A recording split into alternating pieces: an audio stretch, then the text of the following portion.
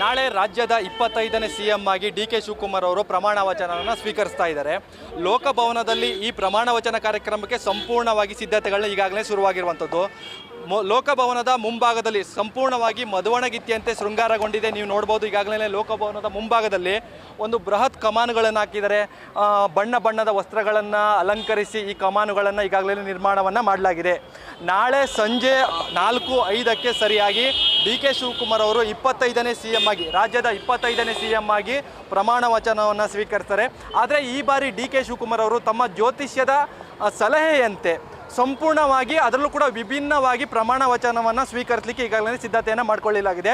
ಒಳಗಡೆ ಅಂದರೆ ಗಾಜಿನ ಮನೆಯಲ್ಲಿ ಪ್ರಮುಖವಾಗಿ ಈ ಬಾರಿ ಪೂರ್ವಾಭಿಮುಖವಾಗಿ ಅಂದರೆ ಸೂರ್ಯ ಉದಯದ ಮುಖವಾಗಿ ಅವರು ಪ್ರಮಾಣ ವಚನವನ್ನು ಸ್ವೀಕಾರ ಮಾಡ್ತಾರೆ.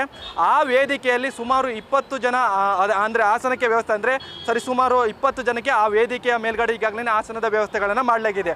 ಪ್ರಮುಖವಾಗಿ ಗಮನಿಸೋದಾದರೆ ಸುಮಾರು 3,500 ಜನಕ್ಕೆ ಇಲ್ಲಿ ಆಗಮಿಸೋಕೆ ಈಗಾಗಲೇ ಆಹ್ವಾನ ಪತ್ರವಾಗಿದೆ. 2,000 VIP ಪಾಸ್ಗಳನ್ನು ಈಗಾಗಲೇ ಇಲ್ಲಿ ಸಿದ್ಧತೆಗಳನ್ನ ಮಾಡಿಕೊಳ್ಳಲಾಗಿದೆ. ಜೊತೆಗೆ 6 LED ಸ್ಕ್ರೀನ್ಗಳನ್ನು ಅಂದರೆ ಗಾಜಿನ ಮನೆಯ ಒಳಗಡೆ 3 LED ಸ್ಕ್ರೀನ್ಗಳಿರುತ್ತೆ, ಹಾಗೂ ಗಾಜಿನ ಮನೆಯ ಹೊರಭಾಗದಲ್ಲಿ ಇಲ್ಲೂ ಕೂಡ ಸಾಕಷ್ಟು ಅಭಿಮಾನಿಗಳಿರ್ಬೋದು, ಸಾಕಷ್ಟು ಕಾಂಗ್ರೆಸ್ ಕಾರ್ಯಕರ್ತರು ಬರ್ತಾರೆ. ಈ ನಿಟ್ಟಿನಲ್ಲಿ ಗಾಜಿನ ಮನೆಯ ಹೊರಭಾಗದಲ್ಲಿ ಅಂದರೂ ಕೂಡ ಲೋಕಭವನದ ಮುಂಭಾಗದಲ್ಲೂ ಕೂಡ 3 LED ಸ್ಕ್ರೀನನ್ನು ಈಗಾಗಲೇ ಸಿದ್ಧತೆಗಳನ್ನ ಮಾಡ್ಕೊಂಡಿರುವಂಥದ್ದು. ಒಟ್ಟಿನಲ್ಲಿ ಹೇಳಬೇಕಾಗುತ್ತೆ ಅಂತಂದರೆ ಸಂಪೂರ್ಣವಾಗಿ ಅಂದರೆ ನಾಳೆ ಸಂಜೆ ನಡೆಯುವಂಥ ಕಾರ್ಯಕ್ರಮಕ್ಕೆ ಈಗಾಗಲೇ ಸಂಪೂರ್ಣವಾಗಿ ಗಾಜಿನ ಮನೆಯ ಮುಂಭಾಗದ ರಸ್ತೆಗಳು ಈಗಾಗಲೇ ಕಾಂಗ್ರೆಸ್ ಒಂದಷ್ಟು ಕಟೌಟ್ಗಳಿರ್ಬೋದು, ಡಿ.ಕೆ. ಶಿವಕುಮಾರ್ ಅವರಿಗೆ ಒಂದಷ್ಟು ಅಭಿನಂದನೆ ಸಲ್ಲಿಸಿರುವಂಥ ಕಟೌಟ್ಗಳಿರ್ಬೋದು, ಕಾಂಗ್ರೆಸ್ ಬಾವುಟಗಳಿರ್ಬೋದು, ಎಲ್ಲವನ್ನೂ ಕೂಡ ಈಗಾಗಲೇ ನೀವು ನೋಡ್ತಾ ಇರ್ಬೋದು ಸ್ಕ್ರೀನ್ ಮೇಲೆ. ಹೀಗೆ ಸಾಲಾಗಿ ಒಂದಷ್ಟು ಸಿದ್ಧತೆಗಳನ್ನು ಈಗಾಗಲೇ ಕಾಂಗ್ರೆಸ್ ನಾಯಕರಿಗೆಲ್ಲ ಮಾಡ್ಕೊಳ್ತಾ ಇದ್ದಾರೆ. ಅದರ ಒಂದಷ್ಟು ವೇದಿಕೆ ಸಿದ್ಧತೆಗಳನ್ನು ಗಾಜಿನ ಮನೆಯ ಒಳಗಡೆ ಈಗಾಗಲೇ ಮಾಜಿ ಸಂಸದರಾದಂಥ ಡಿ.ಕೆ. ಸುರೇಶ್ ಅವರು ಈಗಾಗಲೇ ಆ ಸಿದ್ಧತೆ ಕಾರ್ಯಕ್ರಮಗಳನ್ನು ಪರಿಶೀಲನೆಯನ್ನು ಮಾಡ್ತಾ ಇದ್ದಾರೆ. ಜೊತೆಗೆ ಕುಣಿಗಲ್ ರಂಗನಾಥ್ ಅವರು ಕೂಡ ಈ ವೇದಿಕೆಯ ಕಾರ್ಯಕ್ರಮಗಳನ್ನು ಹೇಗಿರಬೇಕು, ಹೇಗೆ ಸಿದ್ಧತೆ ಮಾಡಬೇಕು ಅಂತ ಒಂದು ನಿಟ್ಟಿನಲ್ಲಿ ಅವರು ಕೂಡ ಒಂದಷ್ಟು ಚರ್ಚೆಯನ್ನು ಮಾಡ್ತಾ ಇರುವಂಥದ್ದು. ಪ್ರಮುಖವಾಗಿ ಡಿ.ಕೆ. ಶಿವಕುಮಾರ್ ಅವರು ರಾಜ್ಯದ 25ನೇ ಸಿಎಂ ಆಗ್ತಿದ್ದಾರೆ. ಜೊತೆಗೆ 18ನೇ ವ್ಯಕ್ತಿಯಾಗಿ ರಾಜ್ಯದ ಸಿಎಂ ಅಧಿಕಾರವನ್ನು ಹಿಡಿತಾ ಇರುವಂಥದ್ದು.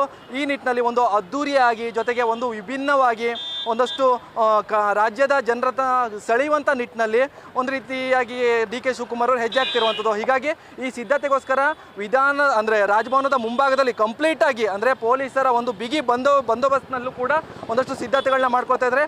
ಈಗಷ್ಟೇ ಪೊಲೀಸ್ನ ಹಿರಿಯ ಪೊಲೀಸ್ ಅವರು ಕೂಡ ಒಂದಷ್ಟು ಸಿದ್ಧತೆಗಳನ್ನ ಹೇಗಿರಬೇಕು, ಜೊತೆಗೆ ಯಾವ ಮಾರ್ಗದಲ್ಲಿ ಬಿಡಬೇಕು, ಜೊತೆಗೆ ಜನಸಾಮಾನ್ಯರು ಬಂದರೆ ಯಾವೆಲ್ಲ ರೀತಿಯಲ್ಲಿ ಅವರನ್ನು ಬ್ಯಾರಿಕೇಡ್ ಒಳಗಡೆಯಿಂದ ಬಿಡಬೇಕು, VIP ಗಳಿಗೆ ಒಂದು ರೀತಿಯಾದಂಥ ವ್ಯವಸ್ಥೆಗಳು, ಜನಸಾಮಾನ್ಯರಿಗೆ ಒಂದು ರೀತಿಯಾದಂಥ ದಾರಿಗಳನ್ನು ಈಗಾಗಲೇ ಸಿದ್ಧತೆಗಳನ್ನ ಮಾಡ್ಕೊಂಡಿರುವಂಥದ್ದು.